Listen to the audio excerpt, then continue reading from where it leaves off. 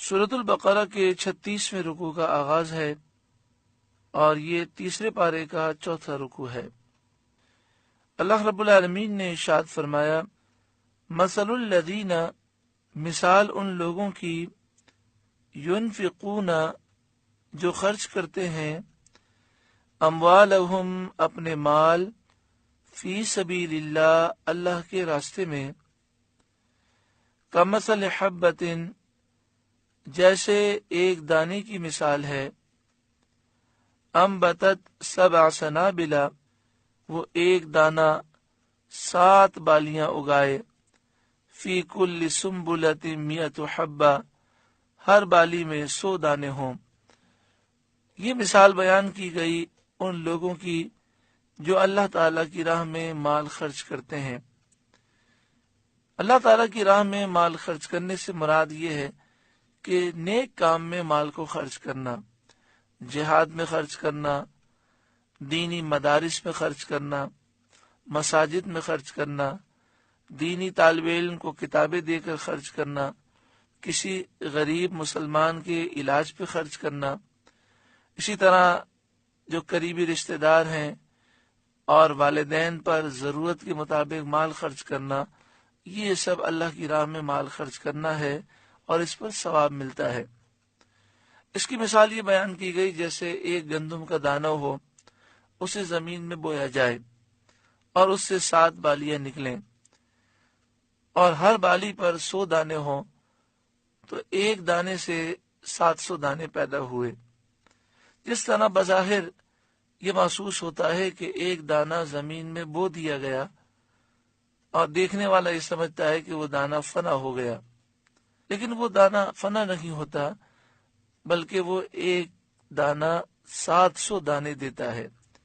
اسی طرح اللہ کی راہ میں جو مال خرچ ہو جاتا ہے اس سے مال میں کمی واقع نہیں ہوتی۔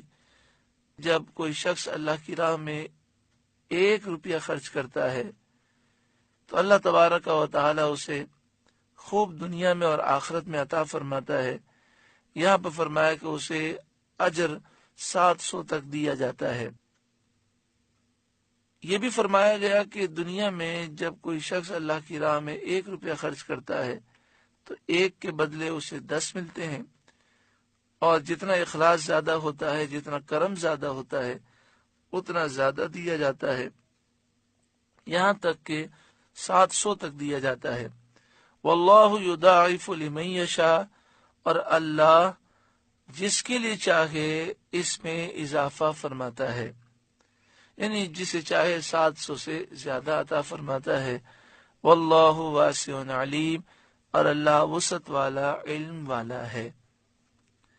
کتنا پیارا انداز ہے کہ اللہ کی راہ میں مال خرچ کرنا، یہ در حقیقت مال کو ضائع کرنا نہیں، مال کو خرچ کرنا نہیں، بلکہ مال کو اس طرح محفوظ کر دینا ہے کہ اس میں مسلسل اضافہ ہوگا۔ انشاءاللہ بلائیں آفتیں بھی ٹل جائیں گی اور مال میں خوب برکت ہوگی، غیبی رزق کے دروازے کھل جائیں گے۔ حضرت امام نووی علیہ رحمہ اپنی کتاب ریاض الصالحین میں باب الکرمی والجودی میں آپ یہ حدیث پاک لکھتے ہیں، بخاری و مسلم کے حوالے سے، کہ حضرت عبداللہ بن مسعود رضی اللہ تعالیٰ عنہ راوی ہیں، نبی اکرم صلی اللہ علیہ وآلہ وسلم نے ارشاد فرمایا، لا حسد الا فی اثنتین، رشک صرف 2 آدمیوں میں کیا جا سکتا ہے۔ یعنی رشک سے یہاں مراد یہ ہے کہ یہ تمنا کرنا کہ کاش یہ نعمت مجھے بھی حاصل ہو جاتی۔ یہ تمنائیں 2 شخصوں کے بارے میں کی جا سکتی ہیں۔ رجل آتاہ اللہ مالا، ایک ایسا شخص جسے اللہ نے مال عطا کیا، فسلطہ علی ہلاکتہ فی الحق، اور اس کو راہ حق میں خرچ کرنے کا جذبہ بھی عطا فرمایا ہو۔ یعنی جو شخص مالدار ہو اور مال سے دین کی خدمت کر رہا ہو تو دل میں یہ تمنا ہمارے پیدا ہونی چاہیے کہ کاش ایسا مقام مجھے بھی نصیب ہوتا۔ وَرَجُلٌ آتَاهُ اللَّهُ حِكْمَةً، اور دوسرا وہ شخص جسے اللہ تعالیٰ نے حکمت عطا فرمائی، علم عطا فرمایا، فہو یقضی بہا، اور وہ اس حکمت کے ذریعے فیصلہ کرتا ہے، وَيُعَلِّمُهَا، اور دوسروں کو حکمت کی تعلیم دیتا ہے، یعنی جو علم دین رکھتا ہے، حکمت کا علم رکھتا ہے، دوسروں کو حکمتیں سکھاتا ہے، علم دیتا ہے۔ تو جو اللہ کی راہ میں علم خرچ کرنے والا ہے وہ بھی باعث رشک ہے، یعنی اس پر یہ تمنا کرنی چاہیے کہ کاش میں اس کی جگہ پر ہوتا اور مجھے بھی یہ فضیلتیں حاصل ہوتی۔ اسی باب میں حضرت امام نووی علیہ رحمہ بخاری شریف کے حوالے سے لکھتے ہیں، نبی اکرم صلی اللہ علیہ وآلہ وسلم نے ارشاد فرمایا، ایکم مال وارثہ احب الیہ من مالہ۔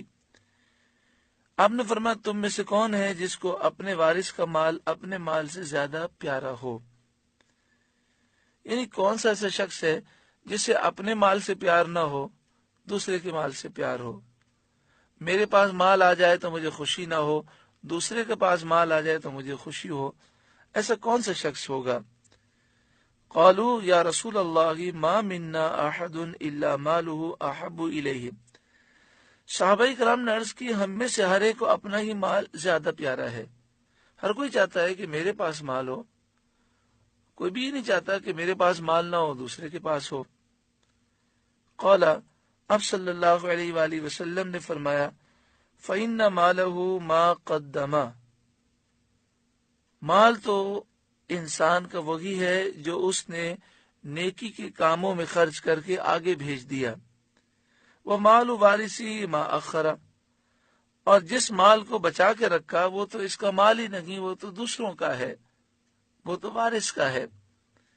یعنی حدیث پاک میں یہ ترغیب دی گئی کہ جب تم یہ پسند کرتے ہو کہ میرا مال میرے پاس ہو اور میں مالدار بنوں، تو تم جب مر جاؤ گے تو تمہارا مال تو تمہارے پاس نہیں رہے گا، لہذا تم مرنے سے پہلے اللہ کی راہ میں خوب خرچ کرو تاکہ یہ مال آخرت میں تمہارے لیے ذخیرہ بن جائے۔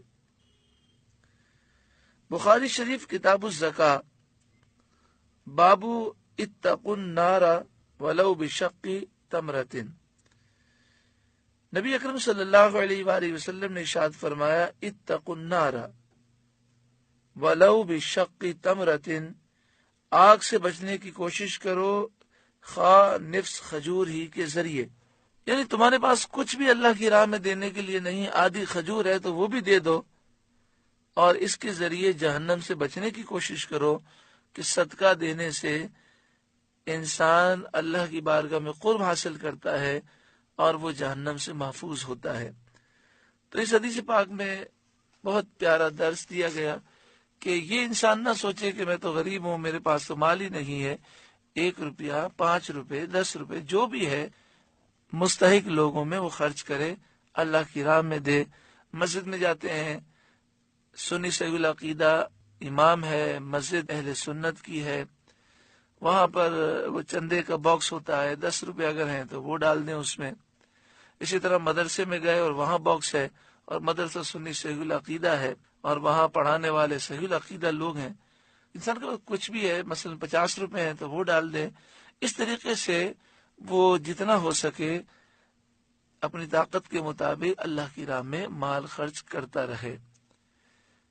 الذین ينفقون اموالهم فی سبیل اللہ، وہ جو اپنے مال اللہ کی راہ میں خرچ کرتے ہیں، ثم لا يتبعون ما انفقوا منا ولا اذى، پھر دینے کے بعد، خرچ کرنے کے بعد احسان نہیں جتلاتے اور نہ ہی تکلیف دیتے ہیں، یعنی جو لوگ مال خرچ بھی کرتے ہیں اور خرچ کرنے کے بعد کسی پر احسان نہیں جتلاتے اور اسے تکلیف نہیں دیتے، لہم اجرہم عند ربہم، ان کا اجر ان کے لیے ان کے رب کے پاس ہے، ولا خوف علیہم ولا هم یحزنون، نہ انہیں کچھ خوف ہوگا اور نہ وہ غمگین ہوں گے۔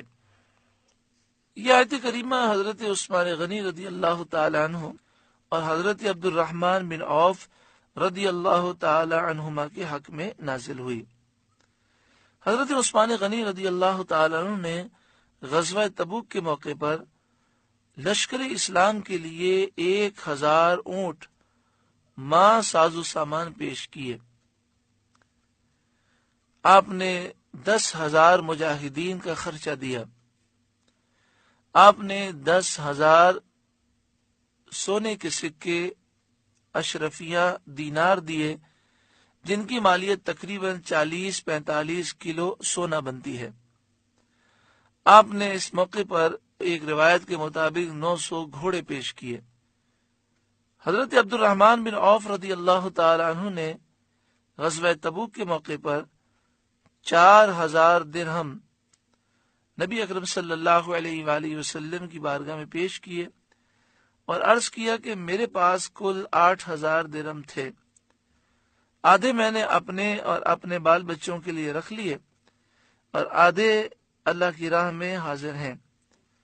سید عالم صلی اللہ علیہ وسلم نے فرمایا، جو تم نے دیے اور جو تم نے رکھے اللہ تعالیٰ دونوں میں برکت عطا فرمائے. آپ نے دعا دی کہ جو تم نے گھر میں رکھا اللہ اس میں بھی برکت دے، جو تم نے اللہ کی راہ میں دیا اللہ اس میں بھی برکت دے.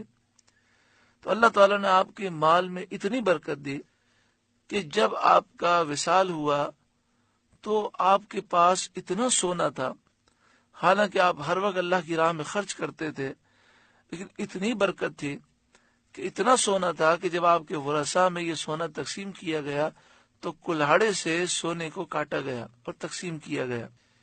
تو جو شخص اللہ کی راہ میں مال خرچ کرتا ہے اس کے مال میں کوئی کمی نہیں ہوتی، بلکہ اس سے تو اس کی اولاد اور نسلیں بھی فیض پاتی ہیں. اس آیت کریمہ میں اس بات کا ذکر ہے کہ انسان مال خرچ کرنے کے بعد کسی پر احسان نہ جتلائے اور نہ ہی کسی کو تکلیف دے. احسان جتلانا تو یہ ہے کہ دینے کے بعد دوسروں کے سامنے اظہار کریں کہ ہم نے تیرے ساتھ ایسے ایسے سلوک کیے، تجھ پر یہ احسان کیا، تجھ پر یہ احسان کیا، اس طرح کہ اگر اسے پریشان کریں یہ ہے احسان جتلانا. اور تکلیف دینا یہ ہے کہ اس کو شرم دلائیں کہ تو نادار تھا، مفلس تھا، غریب تھا، کنگلا تھا، مجبور تھا، نکما تھا، ہم نے تیری خبر گیری کی، یا اسی طرح اور ایسی باتیں کریں. یہ سب ممنوع ہے، اس سے صدقے کا ثواب ضائع ہو جاتا ہے. قول معروف، اچھی بات کہنا، و مغفرت، اور درگزر کرنا، خیر من صدقۃ یتبعها اذی، اس خیرات سے بہتر ہے جس کے بعد ستانا ہو. یعنی جو خیرات کرنے کے بعد، صدقہ دینے کے بعد، کسی کی مدد کرنے کے بعد انسان ستائے، اس کی دل آزاری کرے، اس سے بہتر یہ ہے کہ انسان اچھی بات کہے اور درگزر کرے. اچھی بات سے کیا مراد ہے؟ تو فرمایا کہ اچھی بات سے مراد یہ ہے کہ اگر سائل کو، مانگنے والے کو، ضرورت مند کو انسان کچھ نہ دے تو اس سے پیار محبت سے جواب دے، اچھی بات کہے، حسن اخلاق کے ساتھ اس طرح جواب دے کہ اسے ناگوار نہ گزرے. لیکن اس کے باوجود اگر وہ بار بار سوال کرے، سوال میں اصرار کرے، یا وہ زبان درازی کرے، وہ کوئی سخت بات کہہ دے، جیسے بعض لوگ ہوتے ہیں، ضرورت مند ہوتے ہیں، جب ان کی ہم مدد نہیں کر سکتے تو وہ بڑے سخت جملے کہہ دیتے ہیں، تو اس وقت وہ درگزر کرے اور سامنے جواب نہ دے. تو اس آیت کریمہ میں فرمایا گیا کہ اچھی بات کہنا اور درگزر کرنا اس صدقے سے، خیرات سے بہتر ہے جس کے بعد لوگوں کی دل آزاری ہو، ستایا جائے. واللہ غنی حلیم، اور اللہ غنی ہے، حلم والا ہے، غنی ہے، بے پرواہ ہے، وہ کسی کا محتاج نہیں. تم مال اس کی راہ میں خرچ کرو گے، اپنا تمہیں فائدہ ہوگا، تم اپنا بھلا کرو گے. اور رب العالمین حلم والا ہے، وہ کرم فرماتا ہے، درگزر فرماتا ہے، مہلت دیتا ہے، ڈھیل دیتا ہے. ہم کتنی غلطیاں کرتے ہیں لیکن ہماری گرفت نہیں ہوتی، ہمیں مہلت دی جاتی ہے. عقل مند وہ ہے جو اس مہلت سے فائدہ اٹھائے اور توبہ کر لے. یا ایھا الذین آمنوا، اے ایمان والوں، لا تبطلوا صدقاتکم بالمن والاذى، اپنے صدقے باطل نہ کر دو احسان رکھ کر اور تکلیف دے کر۔ اے ایمان والو، تم اللہ کی راہ میں جو مال خرچ کر رہے ہو، اگر تم نے لوگوں پر احسان جتلایا یا مال خرچ کر کے انہیں تکلیفیں دیں تو تمہارے صدقے باطل ہو جائیں گے، ثواب ضائع ہو جائے گا۔ کالذی ينفق مالہ رئاء الناس، اس شخص کی طرح جو اپنا مال لوگوں کے دکھاوے کے لیے خرچ کرے، ولا یؤمن باللہ والیوم الآخر، اور اللہ اور قیامت پر ایمان نہ لائے۔ یعنی جو شخص دکھلاوے کے لیے مال خرچ کرتا ہے اس کو کوئی ثواب نہیں ملتا، اس کی ساری کوششیں ضائع ہو جاتی ہیں۔ حدیث پاک میں ہے کہ جس نے دکھاوے کے لیے مال خرچ کیا، کل بروز قیامت اس سے کہا جائے گا کہ تو نے اس لیے مال خرچ کیا کہ لوگ تجھے سخی کہیں، تو تجھے سخی کہہ دیا گیا، اب تو اجر ان سے مانگ۔ اس وقت ریاکاری اور دکھلاوا کرنے کی وجہ سے اس کے اعمال ضائع ہو چکے ہوں گے۔ اور دوسری بات یہ کہ جو مومن نہیں ہے وہ جب مال خرچ کرتا ہے تو اسے کوئی ثواب نہیں ملتا، کوئی کنواں کھدوائے، اسی طرح بظاہر اچھے کام کرے، مریضوں کی خدمت کرے، غریبوں کی خدمت کرے، لیکن اگر اس کا عقیدہ درست نہیں ہے، وہ مومن نہیں ہے، وہ کفریہ عقیدے رکھتا ہے، وہ بد مذہب ہے، بد عقیدہ ہے، بد عقیدگی حد کفر تک پہنچی ہوئی ہے، تو پھر اس کا خاتمہ اگر اسی حال میں ہوا تو خاتمہ کفر پر ہوگا اور ہمیشہ جہنم میں جلتا رہے گا، اسے نیک کام پر کوئی اجر و ثواب آخرت میں نہ دیا جائے گا۔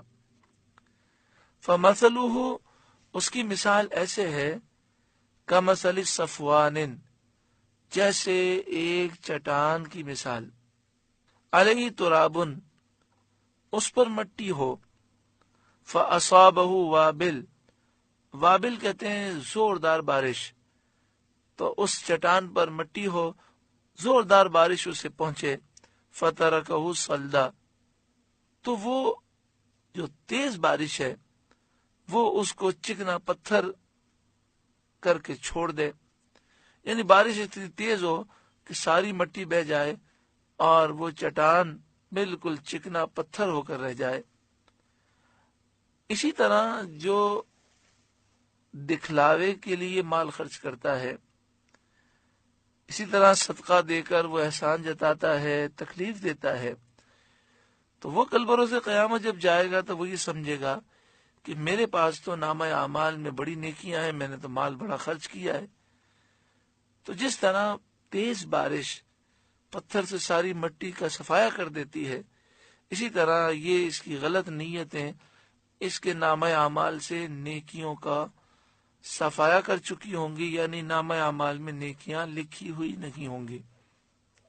لا يقدرون على شيء مما كسبوا، اپنی کمائی سے کسی چیز پر قابو نہ پائیں گے، یعنی اپنے نیک اعمال میں سے کوئی حصہ کل بروز قیامت وہ نہ پائیں گے۔ واللہ لا يهدي القوم الكافرین، اور اللہ کافروں کو راہ نہیں دیتا۔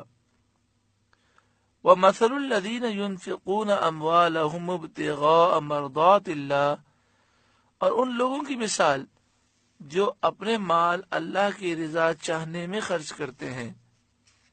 اللہ اکبر، کتنا پیارا انداز ہے کہ مال خرچ کرنا ہے اس لیے نہیں کہ لوگ خوش ہو جائیں، لوگ واہ واہ کریں، لوگ تعریف کریں، مقصد یہ ہے میرا رب راضی ہو جائے۔ وَتَثْبِيتًا مِّنْ أَنفُسِهِمْ، اور اپنے دل کو جمانے کے لیے۔ اس سے کیا مراد ہے؟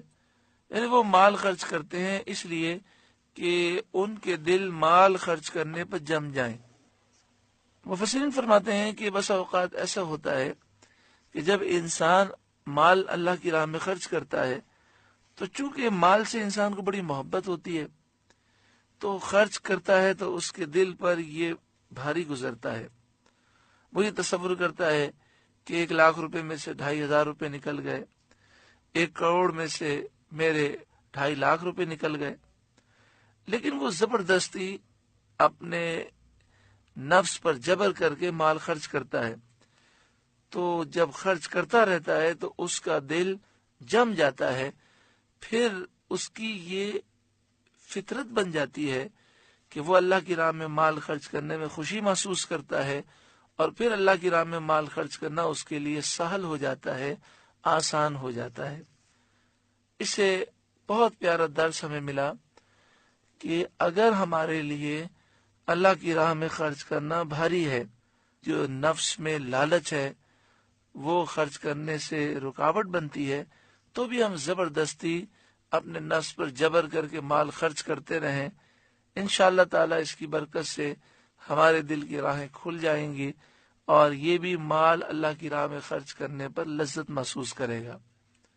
تو وہ لوگ جو اپنے دل کو جمانے کے لیے اور اللہ کی رضا حاصل کرنے کے لیے مال خرچ کرتے ہیں، ان کی مثال ہے کمثل جنت بربوہ، جیسے ایک باغ جو ربوہ پر ہو۔ آپ نے کوہ مری دیکھا ہوگا، گلگت اور اس طرح کے وہ علاقے جو پہاڑی علاقے ہیں اور وہ بہت بلندی پر قائم ہیں، وہاں ہر وقت ٹھنڈک ہوتی ہے اور اوس ہوتی ہے۔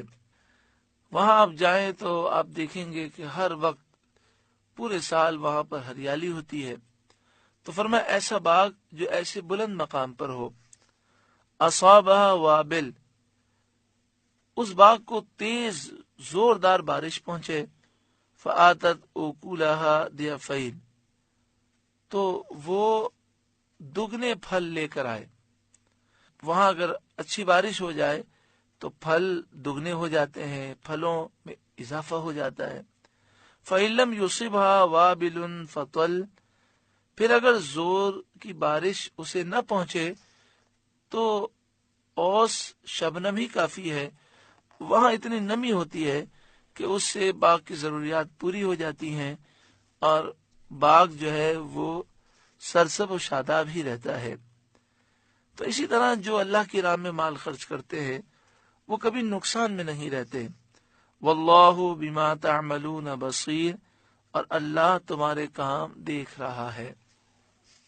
بخاری شریف کتاب الزکاة، باب قول اللہ تعالی فاما من اعطى واتقى، حضرت ابو ہریرہ رضی اللہ تعالی عنہ سے روایت ہے، نبی اکرم صلی اللہ علیہ وآلہ وسلم نے ارشاد فرمایا، ما من یوم یصبح العباد فیہ الا ملکان ینزلان، ہر روز جب لوگ صبح بیدار ہوتے ہیں تو 2 فرشتے نازل ہوتے ہیں۔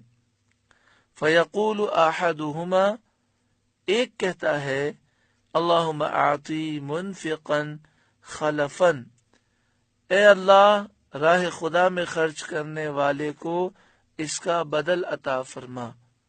یعنی فرشتہ دعا دیتا ہے کہ اے مالک جو تیری راہ میں مال خرچ کرے تو اسے اس کا اچھا بدل عطا فرما۔ وَيَقُولُ الْآخَرُ، اور دوسرا کہتا ہے، اللہم اعطی ممسکا تلفا، اے اللہ جو شخص اپنا مال روک کر رکھے اس کے مال کو برباد کر دے۔ یعنی وہ فرشتہ اس طرح دعا کرتا ہے، اے مالک جو تیری راہ میں مال خرچ نہیں کرتا اس کے مال کو برباد کر دے۔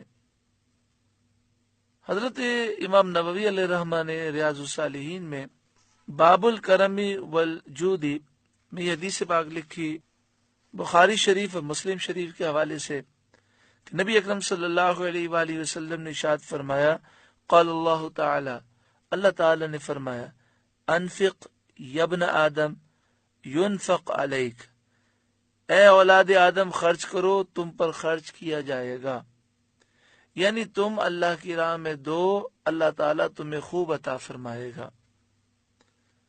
اسی باب میں ہے کہ حضرت عبداللہ بن عمر رضی اللہ تعالیٰ عنہ راوی ہیں، ان رجلا سأل رسول اللہ صلی اللہ علیہ وسلم ای الاسلام خیر، ایک شخص نے نبی اکرم صلی اللہ علیہ وآلہ وسلم سے پوچھا اسلام میں کون سی چیز سب سے افضل ہے؟ قال تطعم الطعام، آپ نے فرمایا تم لوگوں کو کھانا کھلاؤ، وتقرأ السلام على من عرفت ومن لم تعرف، اور ہر شخص کو السلام علیکم کہو خواہ تم اس کو جانتے ہو یا نہیں۔ یہ دو چیزیں ہیں، کھانا کھلانا اور ہر مسلمان کو سلام کرنا، چاہے ہماری پہچان ہو یا نہ ہو۔ یہ دو چیزیں ہیں جسے فرمایا گیا کہ اسلام میں سب سے افضل چیزیں ہیں۔ اللہ تعالی ہم سب کو عمل کی توفیق عطا فرمائے۔ آگے ارشاد فرمایا اَيَوَدُّ أَحَدُكُمْ أَن تَكُونَ لَهُ جَنَّةٌ مِّن نَخِيلٍ، کیا تم میں کوئی اسے پسند رکھے گا کہ اس کے پاس ایک باغ ہو، من نخیل و اعناب، کھجوروں کا باغ ہو اور انگوروں کا باغ ہو۔ گو کہ اسی آیت کریمہ میں آگے یہ بیان ہے کہ ہر قسم کے پھل ہوں، لیکن کھجور اور انگور کا ذکر خاص طور پر کیا گیا کہ یہ نفیس پھل ہیں۔ دوسری بات یہ کہ عرب کے لوگ کھجور اور انگوروں کو بہت بڑا سرمایہ تصور کرتے تھے، کیونکہ کھجور کو محفوظ رکھنا اور انگوروں کو محفوظ رکھنا دوسرے پھلوں کے مقابلے میں آسان ہے۔ انگور کو سکھا لیا جائے تو کشمش بن جاتے ہیں، منقع ہو جاتے ہیں۔ کھجوروں کو اگر سکھا لیا جائے تو وہ چھارے بن جاتے ہیں، اور کھجوریں جو تازہ ہوتی ہیں وہ بھی کافی عرصے تک بڑی آسانی کے ساتھ محفوظ ہو جاتی ہیں۔ لیکن اس کے مقابلے میں اور کسی پھل کو دیکھیں تو اس کو محفوظ رکھنا اتنا آسان نہیں ہے۔ تجری من تحتها الانہار، جس کے نیچے نہریں بہتی ہوں، لہو فیہا من کل الثمرات، اس کے لیے اس میں ہر قسم کے پھل ہوں، وَأَصَابَهُ الْكِبَرُ، اور اسے بڑھاپا آ چکا ہو۔ یعنی کیا تم میں سے کوئی یہ پسند کرتا ہے کہ ساری زندگی کمائی ایک باغ ہو جس میں قسم قسم کے پھل ہوں، کھجور اور انگور موجود ہوں، نہریں بہہ رہی ہوں، اور ایسا شخص بوڑھا ہو چکا ہو، اب وقت ہے کہ وہ اس باغ سے اطمینان سے بیٹھ کر کھائے اور کسی قسم کی پریشانی نہ ہو۔ اب بڑھاپے میں اس کی طاقت نہیں ہے کہ وہ محنت مزدوری کر کے کوئی نیا کام کر سکے۔ وَلَهُ ذُرِّيَّةٌ ضُعَفَاءُ، اور اس کے ناتواں بچے ہوں، یعنی اس کے بچے چھوٹے چھوٹے ہیں، وہ بھی کمانے کے قابل نہیں، تو یہ باغ اس کی ضرورت کے لیے بڑا اہم تھا۔ فَأَصَابَهَا إِعْصَارٌ فِيهِ نَارٌ، اس پر ایک آگ کا بگولا آئے، فاحترقت، پھر وہ باغ جل جائے۔ تو بتاؤ کیا کوئی بھی شخص یہ پسند کرے گا کہ ایسا اس کے ساتھ ہو؟ ہرگز کوئی پسند نہیں کرے گا۔ اس میں جو بات سمجھائی گی وہ یہ کہ جب ضرورت کا وقت تھا اس وقت باغ اگر کام نہ آئے اور جل جائے کتنا افسوس ہوگا۔ تو اسی طرح جو مال ہم نے اللہ کی راہ میں خرچ کیا، قیامت کا جو وقت ہے وہ ضرورت کا وقت ہے، اگر یہ مال وہاں پر کام نہ آئے تو پھر کتنا افسوس ہوگا۔ لہٰذا ریاکاری مت کرو، دکھلاوا مت کرو، مال خرچ کر کے احسان مت جتاؤ، کسی کو تکلیف نہ دو، ورنہ یہ سارے اعمال کا تمہیں اجر و ثواب آخرت میں نہیں ملے گا۔ کذالک، اسی طرح یبین اللہ لکم الآیات، اللہ تعالیٰ تمہارے لیے آیتیں بیان فرماتا ہے، لعلکم تتفکرون، تاکہ تم غور و فکر کرو۔ سورہ بقرہ کا رکو نمبر 36 مکمل ہوا۔ اس رکو میں اللہ کی راہ میں مال خرچ کرنے کی فضیلتیں ہیں، غریب مستحق لوگوں کی خدمت کی فضیلتیں ہیں، اور اس میں یہ بیان کیا گیا کہ ریاکاری نہ ہو، دکھلاوا نہ ہو، اور اللہ کی راہ میں مال خرچ کرنے کے بعد، کسی غریب کی مدد کرنے کے بعد ایسے معاملات نہ ہوں جس سے اس غریب کی دل آزاری ہو۔ اللہ تعالی ہم سب کو عمل کی توفیق عطا فرمائے۔